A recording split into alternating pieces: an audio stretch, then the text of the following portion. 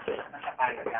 Kasi according nga sa kanila, yung mga naunang nag-aral na or naunang mga nag-caregiver na naunang napunta na sa Canada is nag-aral from St. Augustine. Okay na lang po sila. Anong okay? Sa tingin ko okay kasi kung pagbabasihan mo sa dami ng mga enrollees saka sa dami ng mga schools ngayon is okay naman po sila. Wala rin tingin naman madali po makuha ng trabaho kung dito nagtapos sa abroad. Hindi. Kasi mas madali kang makapunta ng Canada, ng US, kapag mayroon kang kamag-anak doon. Kasi ang nangyari ko kasi ngayon is point-based system. Okay? So, kung napapansin nyo before, basta lang merong lang work is makakaalis na kagad, which is, yun ang misconception nyo, siyempre mga undergrad or hindi pa ganong,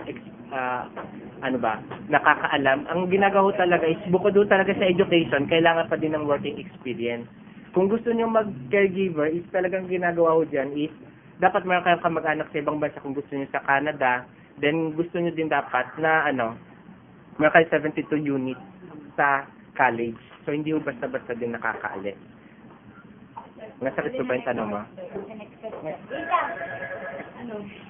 How can you encourage the Filipino youth to enroll in a caregiving course? How? Well, sa akin naman kasi, based on natin sa data, bakit ba nagkaroon ng maraming caregiver?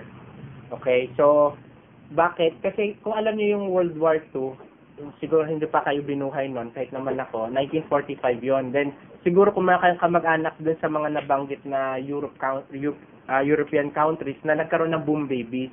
So, ano itong boom babies na to? Ito yung mga babies pinanganak noong panahon after ng World War II. Kasi isa nga sa mga incentives ng US, mga allied forces na kapag yung parang sige, okay lang na mag-increase tayo ng population, sagot ng government, yung education nila, meron kayong makukuha mga pagkain.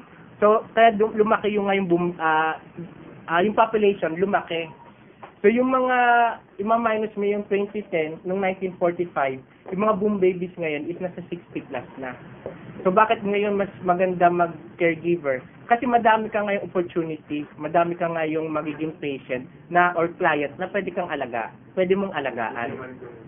Hindi man siya, hindi man po siya. So, yun. How beneficial is the study of caregiving? How beneficial? Mostly talaga sa mga nag-aaral ng caregiver is gusto nila makapunta ng ibang bansa. At saka halos lahat naman ng curriculum ng caregiver is halos nasunod na din sa nursing. So, andun na yung sinasabi nating vital signs. So, ano ba yung mga vital signs? Yung mga blood pressure, pulse rate, yung mga vital talaga na alam mong buhay yung tao. Kahit na hindi ka makapuntang ibang bansa, pag alam mo yon, pwede kang pwede mong pagkakitaan to. Okay, dito pa lang, alam mo na, ma-encourage ka na pwede pala ako makasave life. Yung iba ho kasi dito mga graduates, ang nangyari, nag-volunteer sila sa Red Cross. So, hindi lang talaga sinasabi na kaya ka na-caregiver is dahil lang sa monetary reason. Hindi ho. Talagang medyo nagustuhan din talaga nila kasi nag-e-enjoy. Then, yung iba naman ho kasi, bukod sa sinasabing pang ibang bansa yung caregiver, yung iba ho naman kasi dito mismo sa branch na to, may tumatabo talaga na sinasabing gusto nila ng caregiver. Then yung branch na to, kami na ho nagre-refer kung sino yung ibibigay. So, you mean na hindi lang po nagagamit sa job yung hindi. pati sa Kasi kunyari, education na rin pala. kasi kunyari ikaw mag-aral ka ng caregiver. Kunyari lang, mother mo mayroong ganitong sakit. Kahit i-BP mo sa kunyari hypertensive siya, at least hindi mo na kailangan pumunta ng clinic. Hindi mo na kailangan pumunta ng mga health centers. At least kahit simpleng BP lang, blood pressure reading, alam mo na. 'Di ba? So alam mo na din na may himatay siya kasi mga basic ang tinuturo namin pero with experience na din kaya mas maraming natutunan yung mga students dito.